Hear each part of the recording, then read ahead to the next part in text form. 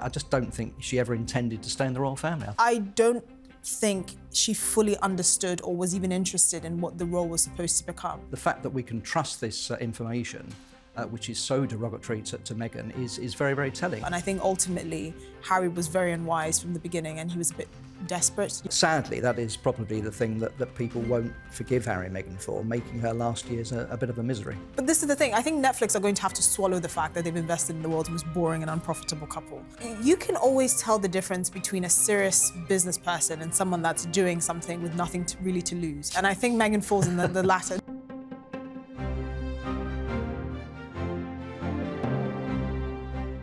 Joining me on the show this week is Royal Author and Commentator Phil Dampier and broadcaster Esther Krakuer.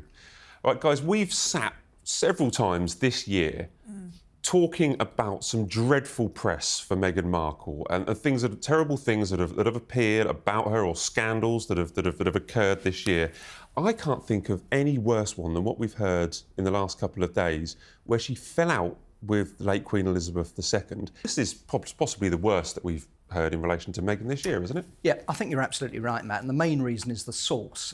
This has come from Sally Bedell-Smith, who's a very, very well-respected royal biographer. She was extremely close to Lady Elizabeth Anson, who was a confidant and a cousin of the Queen. And Liza Shackley, as Sally Bedell-Smith likes to call her, she was speaking to the Queen on a regular basis, right up until her death, in fact, and spoke to her every day, even in lockdown.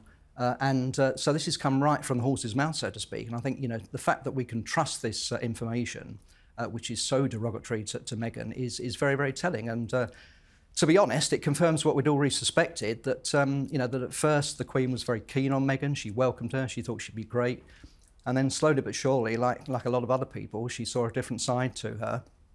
And very disappointingly, she started to have her doubts about her. And I think it ruined her relationship with Harry, which was a very close one. She claimed that she was rude to her for 10 minutes. She wouldn't tell her details of her wedding dress. She couldn't understand why she wouldn't talk about that.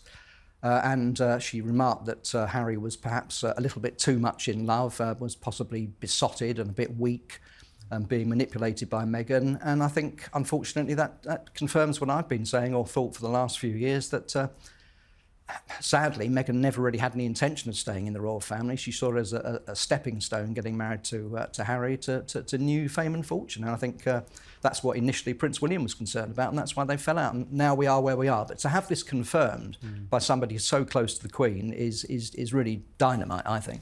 Well, Esther, Phil just mentioned there that, we know that Harry had fallen out with his brother. That kind of happens in siblings. There's a bit of a rivalry going on there, or that Meghan didn't get on with Catherine. There was a bit of a difference in culture. There was a difference in the way they kind of lived their lives, etc. And we kind of see, OK, they fell out. But falling out with Queen Elizabeth II, I mean, that's pretty bad for Meghan. I mean, imagine if this came out a few years ago. People would have been like, oh, this is a planted story or whatever. But one thing we've noticed is a bit of a thread of commonality. So the whole, with Prince Harry being too in love, we keep hearing things consistently coming out from courtiers and people that are close to the royal family.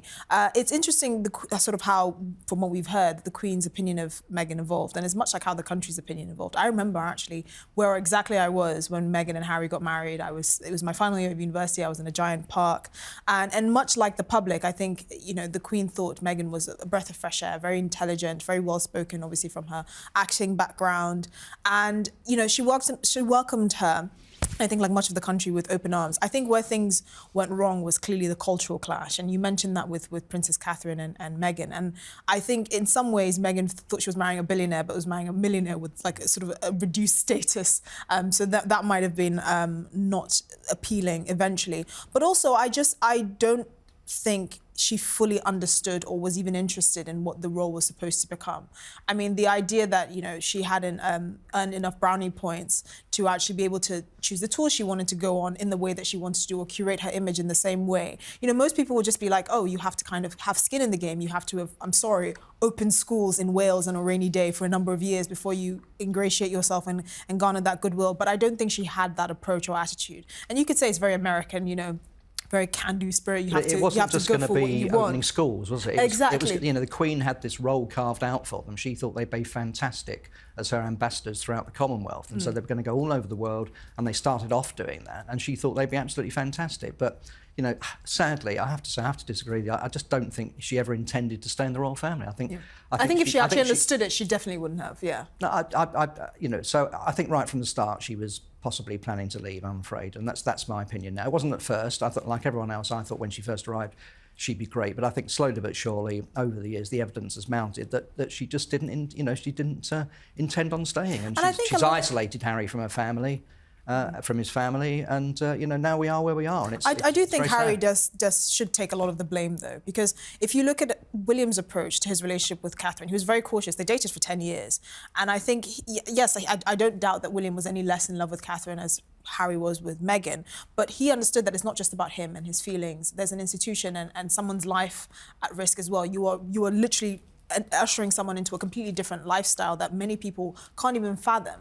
And I don't think Harry had that approach. He just thought, here's this beautiful, articulate woman, I'm head over heels in love with her, I'm going to shoehorn her into this institution and it must bend to her will because we have more cachet than they think we do. And that's the fundamental difference. I don't think necessarily she dragged him from the family. I just think Harry was very unwise. He was not a very wise person, and I don't think he chose someone who was culturally a very good fit for the institution. And in Meghan's mind, she probably just thought, actually, this isn't for me. And leaving was not something that was much of a problem for her because I don't think she had that kind of ties to it, emotional connection to the institution in the first place. Well, stick to it for very long, though, did she? Oh, yeah, she did. Yeah, a year or two after a massive, great wedding that cost us all about £30 million. I mean, I think she could have put in at least 5 years before deciding it wasn't Absolutely not a year, not 18 5 months. years. Not 18 months, Well, I've said this before. I think I think Harry was very much, he'd lost a couple of partners in the past because I think things had gone wrong, or the press exposure, or the pressure. He was terrified of losing her. I think he was, he just wanted to lock her down. Yeah. And we are where we are. I mean, look, at the end of the day, they look like they were making a pretty good go of their marriage because I suppose in their mind, they're kind of trauma bonded. It's like them against the world. Like everyone wants to see us break up. So like they're just making a good go of it. But it's really unfortunate how things panned out. And I think ultimately Harry was very unwise from the beginning, and he was a bit desperate, need I say. I think he couldn't believe his luck that he's bagged this beautiful American actress. Like, he was just going to do anything to keep her. Going back to the Queen, the comments of the Queen, I mean, she was tough as old boots, the Queen. She's sat down, had dinners with dictators. She spoke to all sorts of people, had all sorts of undesirables, that she's had to sit down and engage with. It takes a lot to upset her. Why would she have been so upset about Meghan's approach, do you think? She's very, very tough, very pragmatic, but I think deep down she was, she was a grandmother, and she was very, very fond of Harry. I mean, I think they were extremely close, and probably the two most popular royals that we had at the time. I just think that she worked her whole life, trying to make sure that the monarchy succeeded after her, and the legacy was the most important thing to her, and the Commonwealth, of course, as well.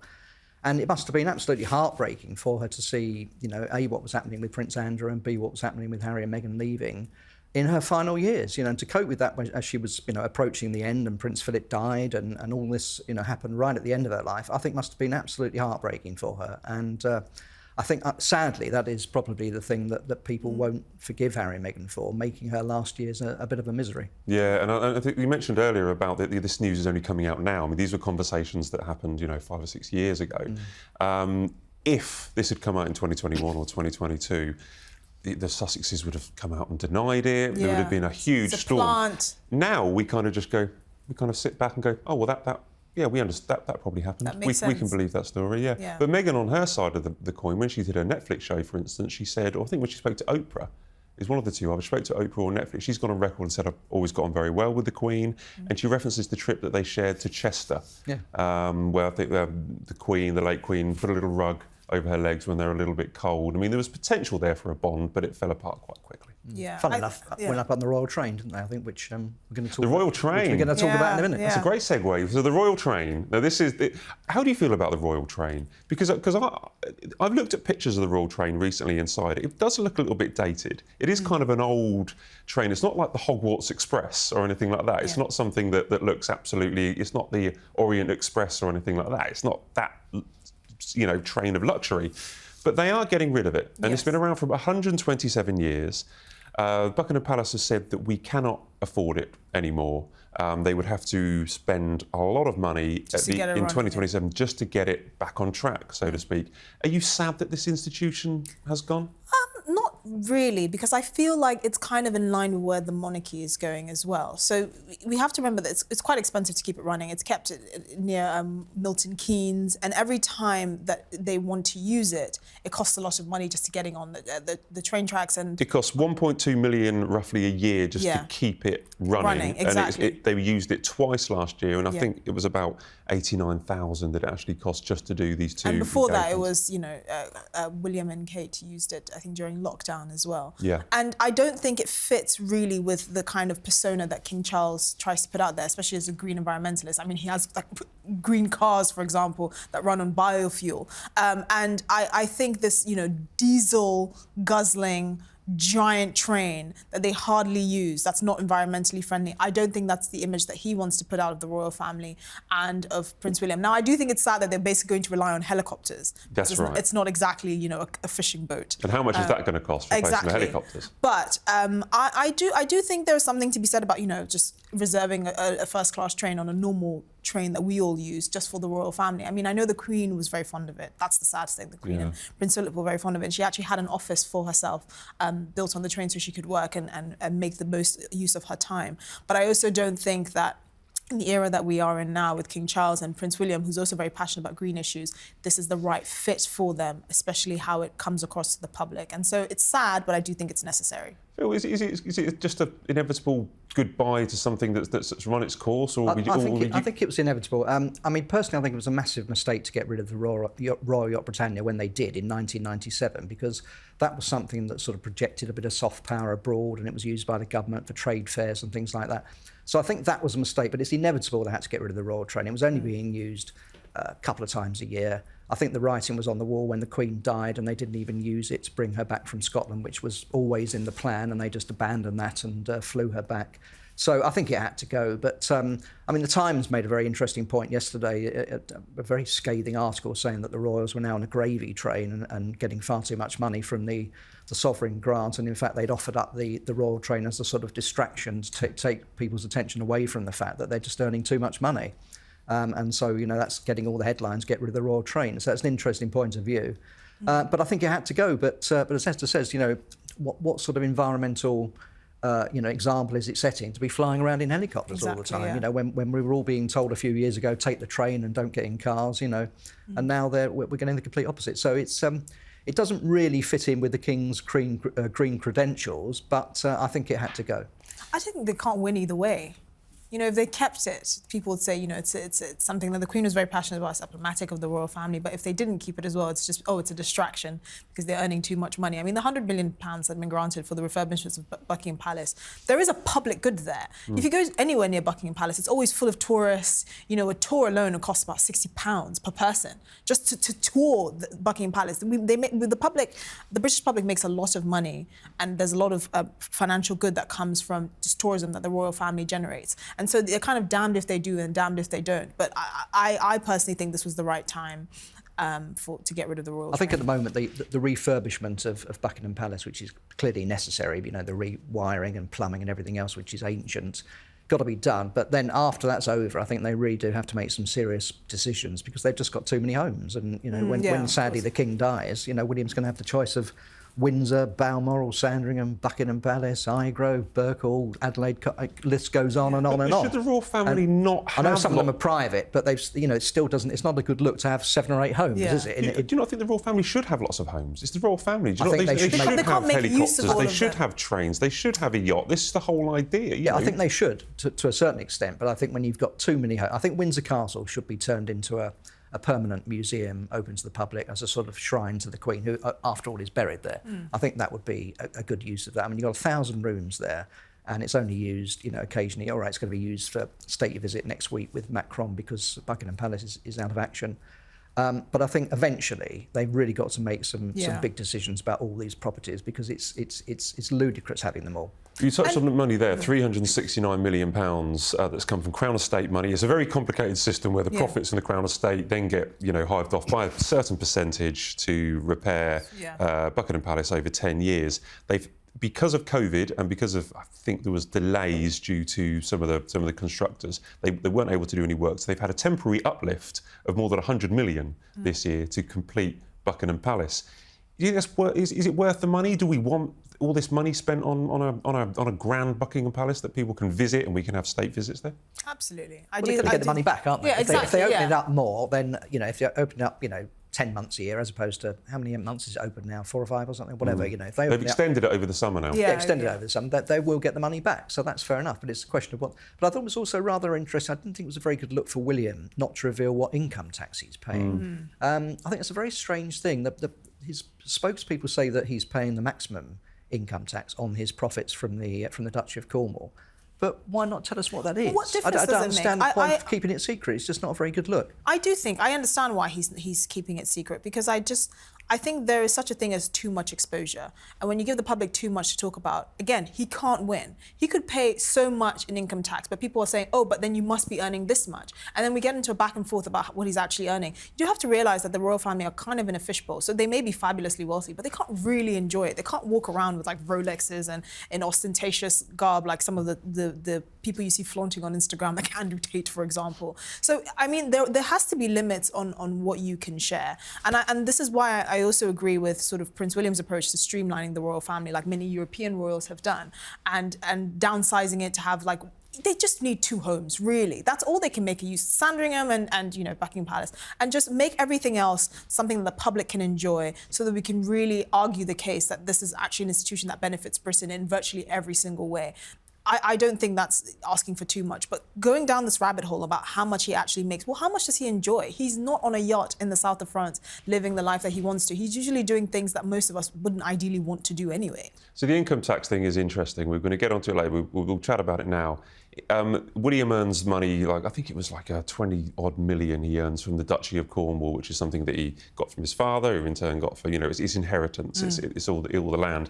And so he receives all this money, and then he pays the full rate of income tax. But they won't tell us how much that is because some of the money goes into charities, so it's tax deductible. Yeah. I mean, their argument is that we don't tell everybody how much tax we earn. We don't publish our tax receipts. I think in the US, maybe they ask the president to reveal their tax receipts. Yeah. But, why should William reveal his tax? He's paying the top rate of tax. It's also un-British. We don't really talk about money anyway. It's culturally speaking, it's very alien.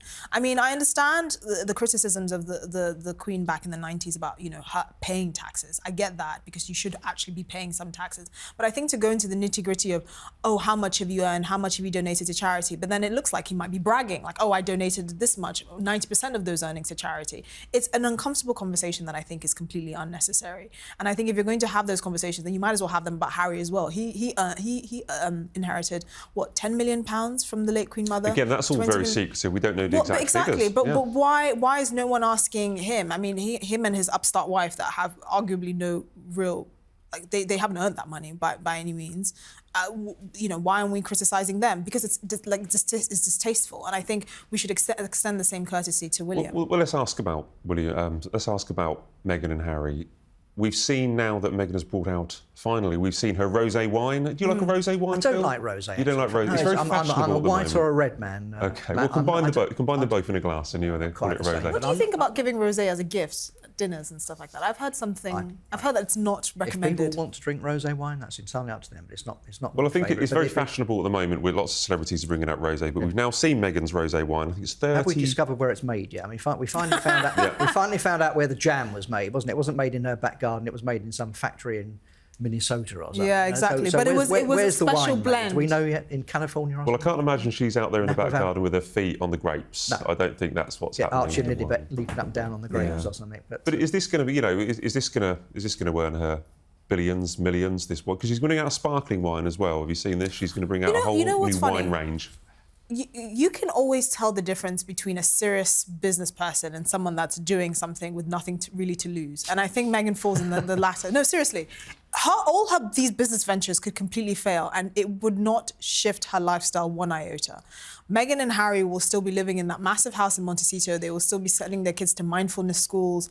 They would still be driving cars and have an armada of private security. And I think that's the impression that most of the public are getting. She doesn't really care if this fails because she doesn't actually think she's going to become the next Goop. There's not really much at stake. They've made very wise investments from what I hear. So this is just a hobby. What I do find grating is this kind of trying to repackage herself as some sort of businesswoman extraordinaire, that she's really savvy and, well, not really, because if your back is not against the wall at any point, you're not really under any pressure to make sensible decisions. We don't actually know how much of the jam she sold out. So it's a hobby, but it's all tied up with Netflix, isn't it? So exactly. They're backing it, so they're going to want some of their money back. They invested 100 million in them to make their program. That's not her problem.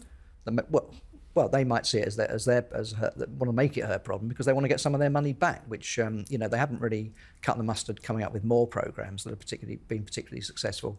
So all of this is part of a tie-up, a commercial tie-up with their, with her programs, making the produce. So I think Netflix will be saying, are we going to get, what are we going to get back for this investment? So it's it is quite important that somewhere along the line some of it succeeds. Well, I assume there will be accounts for As Ever at some stage in America. They will publish accounts, and we will be able to see. What does she have to lose? But this is the thing. I think Netflix are going to have to swallow the fact that they've invested in the world's most boring and unprofitable couple. Right. And as Spotify realised quite early on and got out early on as well, I really don't think the public understands just how little is at stake for Meghan. Like, who cares if As Ever fails? It wasn't exactly a passion project. The blog that she had, The Tig, back in the 2010s, she was a kind of partially single woman doing it from her flat in, was it Vancouver? While she was filming Suits. Toronto. Yeah. Exactly. I mean, there's not really much at stake here. And I think we have to take it with a grain of salt, because ultimately, this is just, her playing around as a boss woman, which is, you can actually see that from her podcast as well. The kinds of questions she asks these allegedly successful women, it's hilarious. GCSE students could ask more commercially astute questions. Don't say pinch of salt to her, because then she'll start making her own salt. Well, yeah, exactly. I made the sea myself, and I dug it up with I went down to the coast and got a bottle of water. Yeah. Exactly. But it will be interesting to see the accounts, because we're talking about the Buckingham Palace accounts and the Duchy of Cornwall accounts. I'm looking forward to next year. Maybe we get to see how many bottles she actually has sold. She's never going to reveal that. She's never going to. I think she only sold like 10 jars of jam, because it's clever marketing. You say, oh, we're all sold out of 10. Sold out, but we're not going to make any more. Exactly. Yeah. Well, the jam's disappeared. No business person does that. I don't think we realise how commercially strange that is. Like, you've had a sold-out product that you're not going to stock for the next year, and then you're saying, I'm not sure I'm going to stock it again. She's spreading herself too thin. Spreading herself too thin. Yeah. We mentioned talking about William earlier, talking about William's tax. I think it's been quite a big week for Prince William, and I'm saying this because I've seen him.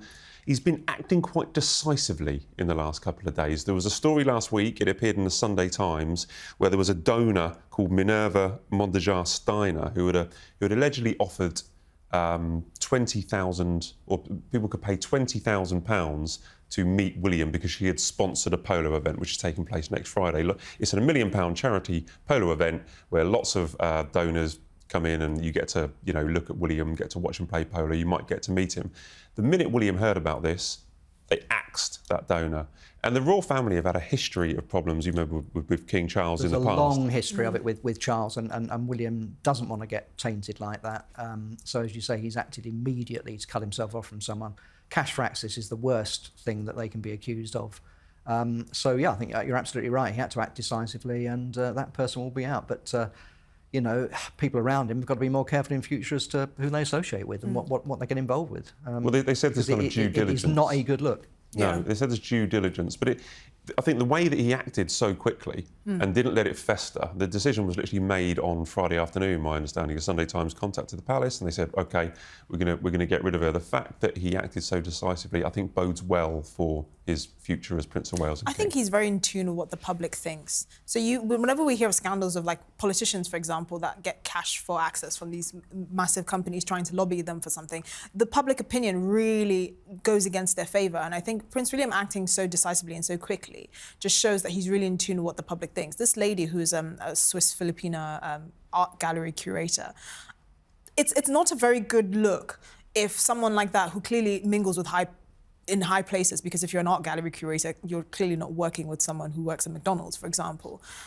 For him to not even worry about whatever contacts or bridges he may be burning just shows that he's in tune with what the public thinks, and that's his first priority, as opposed to keeping friends in high places happy. And that's the kind of monarch that I think people are more likely to get behind than, going down the sleazy politician route of getting paid £3,000 for lunches, which is I mean, sell yourself a bit higher, really. It is dangerous, I think, because people with money will want to hang around members of the royal family. Yeah. This lady was also at Prince Harry's Wellchild event last September, Yeah. and on her website she talks about how she's proud to support. She was actually Prince Harry advertising it, wasn't she? Saying, you know, you can come to this and you know, you'll be guaranteed to meet the Prince of Wales. So yeah, it was getting quite dangerous. So yeah, definitely the right thing to cut her adrift. Yeah, And he's also talks about his accounts. He's also scrapped the rents or reduced to 50% rent for charities and. Well, that grassroots. follows pressure. I think there was a Channel 4 documentary, wasn't there, Dispatches, which highlighted how much hospitals and schools and other people have to pay the Duchy of Cornwall rent. So I think he's halved some of the rent for charities and he's cut back on some of the payments they've got to make. So, you know, whether he would have done that if it hadn't been the Dispatches programme, who knows? But certainly it was something that was highlighted, and you know, he's acted on it, and I think that's that's wise, you know. But as I say, that's why I don't understand why he won't give the income tax, because he's doing the right thing there, but on the other hand, looking a little bit, you know, sort of dodgy by not revealing it. What's he got to hide, you know? So I don't understand why he wouldn't go that extra step and reveal it. But yeah, I mean, Esther disagrees. Yeah, but, I don't know. I can absolutely see it being splashed in papers. Prince William makes this much, and then you just attach his name to a number, and everything he does is like, well, why do you care? This is how much you earn, and it's extremely distracting. But I get the sense that he's someone that.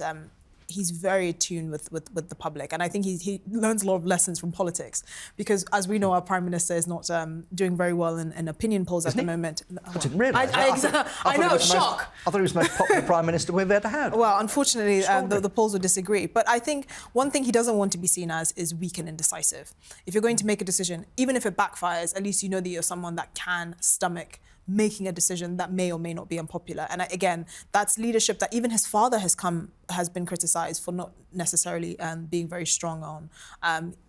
Obviously, being in the royal family and being at his level in the royal family, it comes with all sorts of challenges, and you're walking a tightrope. But I think there comes a point where you have to make a decision and take action, and I think he's certainly showing his willingness to do that. Yeah, I'm more and more impressed by him doing that. I remember we went to Boston a couple of years ago for his Earthshot Prize, and it was when the Ngozi Fulani scandal had broken, where she had been in Buckingham Palace, and you know, Lady Susan Hussey had said some ill-informed comments to her, but William was in the air when the story broke. When they landed, we got a statement, literally, you know, William, you know, condemning what had happened in the palace, just like that, acted really quickly. I didn't think that was wise, because I thought he was a bit unfair to Lady Hussey, yes. Because I tend to agree with you there. I think he overreacted. I think he overreacted, I think he was a bit too quick there. Exactly. He should and have I thought think, about that. I mean, she's godmother, for yeah, I think he threw her under the bus. I mean, someone had been very loyal, I think. Exactly, you know. yeah. But that, again, he's not always going to get it right, but he's willing to act. That, actually. Yes, I do think he did. And I think... I remember covering the story at the time, and I just thought, you know, I've worked in a care home before. Like, at a certain point, age-wise, you're not really trying to police your language about what's popular, because you're just too old to care. And I think he just came down like she was a bit of like a 30-year-old executive at a social media company, actually, instead of remembering that she's in her 80s and that she's done a lot of work for the royal family, often in exchange for nothing. And I think he wasn't very fair to her in those instances there. Have you seen the story about the potholes, though, Esther? The mouse. No one likes potholes. No one okay. Have you got any potholes near where you live, Phil? I've got lots of potholes, but I thought it was a lovely story. So this was Mousehole. It's written Mousehole, but it's pronounced Mousehole. Yeah, I know that from many, many years ago when I was down there covering a tragedy involving a lifeboat down in Cornwall. But Mousehole, yeah, and it was the local football team. And apparently they were having terrible trouble getting to their pitch or getting to their training ground because they had so many potholes and all their cars were getting ruined. And Prince William heard about this and got together a consortium of... Now, the great thing about this is he didn't just give them £10,000 or whatever it was to fix it. He got together people, like someone was going to supply a bulldozer and someone was going to supply the tarmac or whatever, and got together a team of sort of professionals, and they've now hopefully going to fill in the potholes. And this has been all over the local media down in Cornwall, and Mousehole Football Club has been saved because they can now get to their pitch. And I just thought it was a lovely story, you know, and they're really grateful to William for doing it and highlighting it, and it's probably given them great publicity as well. Probably double their crowds from 100 to 200 or whatever. And Yeah. whatever, he'll probably be turning out for the team soon. He likes playing football, so it's a great story. He should go down and watch a game, shouldn't he? Yeah, he should invite him down. should Maybe take that part. will He happen. should play for It them. just shows what they can actually do. Yeah. You know, that he was informed about this kind of information, or was informed about what had happened down there, and, you know, got people convened. It's great people PR, like but I his don't father think he did. did it for the PR. I think he genuinely did it to help them, and it's been brilliant for them. And he pays attention. Talking of PR, William's been doing a lot on his homeless. It was 2 years since he launched his Homewards project, which is a real challenging issue for William. You know, say someone living in palaces, having lots of houses, trying to end homelessness. But I've been impressed the last couple of years, everything that he has actually done in these kind of pilot areas around the UK. But former UK Prime Minister Gordon Brown was at an event in Sheffield. And when he was interviewed afterwards by the journalist, he said that he believes that William is changing the view on homelessness in the same way that his late mother did for HIV. Yeah. Well, Diana was responsible really for getting William interested in homelessness in the first place, because she used to take William and Harry to homeless hostels, and they camped out overnight to see what it was like to sleep rough from very early age. So this has been something close to his heart, which he got from Diana for a long time. I mean, personally, I think he keeps saying he wants to end homelessness. I don't sadly think that's going to happen. I don't think he's going to be able to achieve that, but that doesn't mean to say that he shouldn't try. And Gordon Brown's probably right that he's changing the dial on it and bringing it to people's attention. But I don't think he's going to solve it ultimately completely. But why not try? You know, and if he can help a lot more people, then great. But it's clearly one of the core things that he's concentrating on. You know, they're not sort of spreading themselves and doing too many things. Like the Queen and Prince Philip used to have 1,500 patronages. Him and Kate are very much concentrating on a few things, and this is one of them. And he wants to make a real difference. And good luck to him. We also realised this week, or we learned a lot more from the Princess of Wales about what she's concentrating on. So she went to Colchester Hospital. She was actually meant to be unveiling Catherine's Rose. There's this rose that was named in her honour. So we thought the job was going to be all about the Princess of Wales planting a rose that was in a garden for other people who'd gone through cancer. But she really opened up. She was in a round table and she was talking to several other former cancer patients and volunteers. And she was speaking about the pressure of putting on a brave face. She was also talking about there is an expectation on patients to just crack on and get on with it. And this could well be in reference to the fact that we had a lot of discussion about her pulling out of Royal Ascot recently. Is this kind of emotion shown by the Princess of Wales? Is it welcome? I think so, and I think it's kind of managing the public's expectations. So what she really said was that, when you're a clinical patient and you're undergoing treatment, you're obviously being taken care of every step of the way. But once you come out of that and you have to get used to building your life outside of being treated. It's a really difficult transition, and I think she was indirectly addressing the fact that she had to pull out from Royal Ascot, saying she's trying to find the right balance after treatment. Now, obviously, the public are not aware of exactly the kind of treatment and her medical diagnosis and all of that. So she has to be quite sensitive and sensible about what she reveals. But I think she touches on an interesting point, which is when you've undergone such extensive treatment and quite invasive treatment for so long, the transition of life, your new life after that is quite difficult. And I appreciate the fact that she said that, because, we talk about people overcoming cancer or they're cancer-free. But what is life like after you've gone through a year of chemotherapy and you're trying to find a new normal? And I don't think we talk about that enough, the support, therapy, all of that. So I appreciate the fact that she was raising it. And it did humanize her, obviously, because you wouldn't wish cancer on your worst enemy. Well, the phrase she used was she's been on a roller coaster, wasn't it? And I'm sure she's been up and down. She's had good days and bad days. Probably woke up Ascot week and didn't feel like going to Ascot. It was very, very hot, and probably didn't want to go for various reasons. But so there were fears, to be honest, when she didn't turn up at the last moment. But it was great to see her yesterday. She looked very well, and talking to other patients as well, and planting the roses. And she's very much made a big thing about this, about nature being healing, hasn't she? And taking an holistic approach to her recovery. And she's got to take it easy, got to take it slowly, and I'm sure that slowly but surely she'll come back to royal jobs, and we'll see more of her. But it's entirely up to her, and I don't think anyone should put her under any pressure.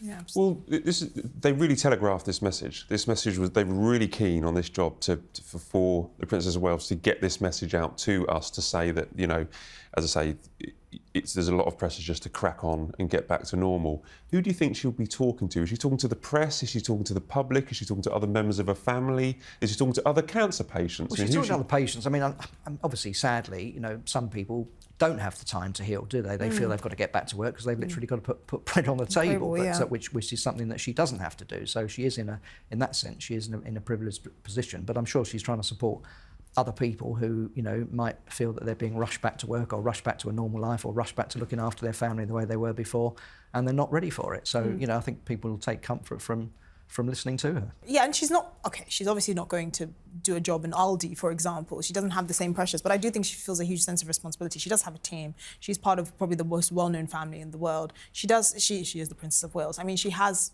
a lot of responsibilities that may not seem obvious to us, but I do think she feels a lot of that weight. And yeah, I think she's talking to people that even if you just have a job in a normal shop, for example, it's important to try and find a new normal and not push yourself too much. I also feel like it's a warning shot for everyone to take a deep breath and go, hang on, let's not expect too much from her. She went to Order of the Garter, she went to trooping, she pulled out of Ascot, and I think it's just a warning shot to tell everyone, right, I'm not back to full work yet, just kind of relax and give me a bit of time. Still think we'll see her at Wimbledon, though, a couple of times. We may well see her at Wimbledon, yeah. That's not too strenuous watching the tennis. I think, well, the children love it as well, and the children took Charlotte last year, which is very nice. People love to see the kids, so yeah. But I expect Queen Camilla will go as well. You know, she likes watching tennis. I don't think the King will go. He's not keen. Like the Queen wasn't very keen on going to see tennis. Catherine is patron as well, so we're hoping she might actually do something. I think she'll probably. Lucky her. Yeah, definitely. Right, we've just got a little bit of time for our quick-fire questions. So it was in the news this week that William and Catherine will get the power to issue royal warrants. So who do you think should be in line for a warrant? Well, he likes to drop a Cornish cider, William, so I expect he'd probably give one out to some booze manufacturers. I mean, Kate, the obvious one is clothes, isn't it? Yeah. You know, apparently this is the first time that a Princess of Wales is issuing royal warrants since Princess Mary of Teck in 1910 or something. Oh, OK. That's why you're here, Phil, for this kind of history. I'd read it online the other day. Throwback, yeah. Wasn't in the briefing. So, yeah, and I suppose now they've just had a few puppies, maybe dog food, perhaps. You know, the dog food they use, I don't know, something. But I'm sure there are quite a few royal warrants they could issue if they wanted to. True. I was going to give a very millennial response, which is Pure Gym.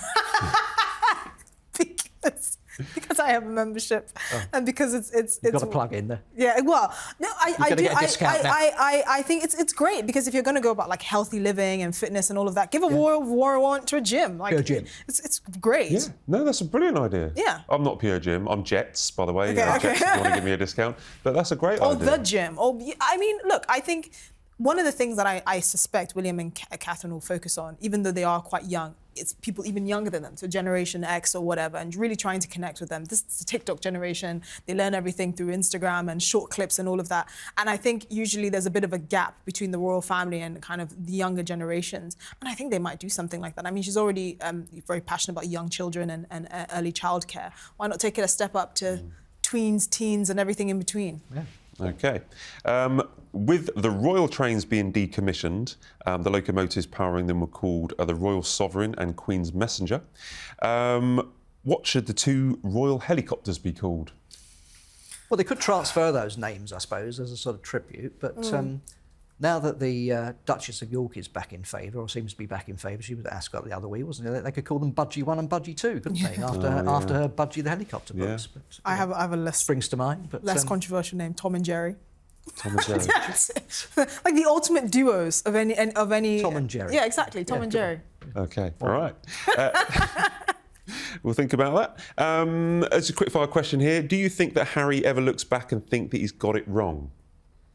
I like to think so. Yeah. I think in the middle of the night sometimes he must wake up in a cold sweat and think, my God, what have I done? Perhaps he doesn't, perhaps he genuinely believes he's still on the right path, but I think in certain moments he must regret, being estranged from his own family. He tells us he's happy in California and he tells us the marriages sound great. I hope it is for them, but there's no reason why he had to go to the extremes that he did, in my opinion. And I think sometimes in the middle of the night, I think, yes, he probably would regret it. Yeah, I think he does, but I just don't think he doesn't care. I think he regrets it, but he doesn't care enough to do anything about it because he just thinks, what's the point? And I don't think if he said to Meghan, let's try and make things right and get back into the fold, I mean, she doesn't make any real efforts to kind of get back in the good graces of her family. Maybe it's not worth it. She's not trying to help him to get back in with his family, Exactly, and he's not helping her to get back in with her family. Exactly, I mean, so if I was Harry, who's never met Thomas Markle, you'd think he'd sort of say to, you know, well, let's try and patch this up. I mean, that is an But embarrassment. That is the fact shocking. they've never met and he's never met the grandchildren, I just think it's scandalous. And you went on the BBC to whinge about your father not talking to you. What about the grandfather of your children? I know. And I'm going to give you the final question. You're restricted to one word. Okay. Give one word to describe Meghan's royal legacy. chaos. But I changed that now to control. She's a control freak. Okay. Bonfire. Bonfire. Okay. Thanks, guys. We've been through a lot. Really appreciate everything. I had a bit of a laugh as well. So thanks for both for coming on. Thank you. Right, thanks so much for watching. If you like the show, please leave a comment below because we always read them, and subscribe to the channel so you never miss an episode.